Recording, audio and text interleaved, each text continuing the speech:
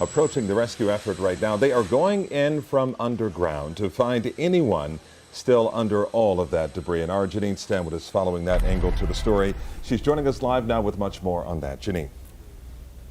And it is such a delicate operation. Christian mentioned that Senator Marco Rubio is where he is now. He was where we are just a short time ago, and he and Congresswoman Debbie Wasserman Schultz talked about the skill and the passion of these first responders who are working into the night. In water, under collapsed concrete, Miami-Dade's technical response team accessing the rubble from the parking garage. Every firefighter, is carrying that burden on their shoulders. They're trying to find these individuals, and as they continue with, making these breaches, making these tunnels, we're trying to locate these victims. It started in the dark and in the rain. Watch as first responders pull this boy from the rubble, one with his arms tightly around him, hoisting him to the safety of a stretcher.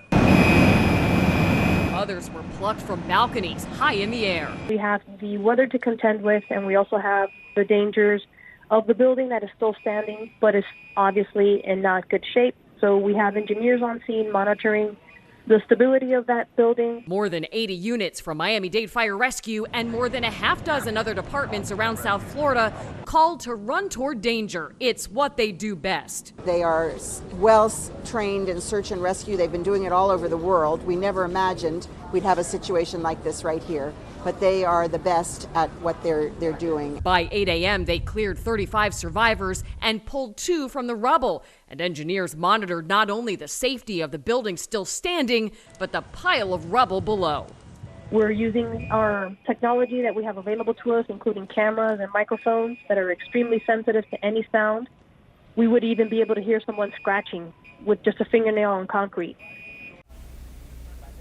It really is just unbelievable what they can do. And Calvin, I know that you were in Haiti more than a decade ago. Some of those same first responders are working here now. Just the fact that they have to do this in their own backyard at this magnitude really just goes to show how incredibly skilled they are, how incredibly passionate they are about their jobs, and they will continue to work into the night and into tomorrow. And by the way, this is very much still a rescue mission, according to the mayor who we spoke to a short time ago, not a recovery mission. They are still holding out hope that they could find people. That's right. We're hoping that it doesn't get to that phase. And you mentioned too about the rescue effort in Haiti, and that went on day after day after day. And even after day number 17, there were still survivors. There was one gentleman who survived just on raindrops alone from the concrete that he suffered under. And not to mention, there are a lot of amputees that come from this too as well, because the concrete falls on top of people, and obviously they are lying there trying to get the heavy concrete off of them. But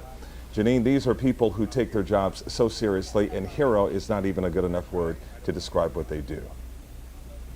They're having to perform surgeries sometimes out in the field. That's what they do. They will continue to work. I think one of the fire rescue officials was asked, how do you keep going? I mean, how do you keep going in there and doing your job, knowing that your lives are at risk too, by the way, because they said every time they cut into the concrete, there's the possibility of some shifting.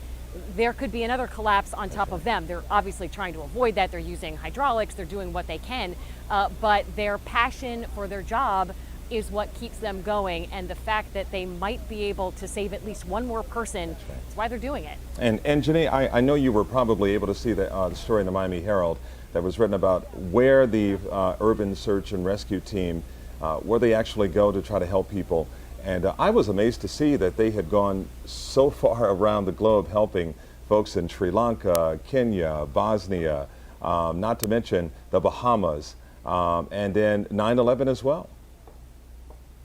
Right. They are also a specially trained team, and we actually rode along with them here at home when they were doing some search and rescue after Hurricane Irma, and their skills are incredible too. And they also use dogs, and as we had sort of talked about before, these aren't cadaver dogs. These are dogs to train to detect living people, so they sniff for that. So these teams are really unbelievable, and they are all over the world. In fact, Marco Rubio said you never want something like this to happen, but if it has to happen, we have the best of the best right here in South Florida.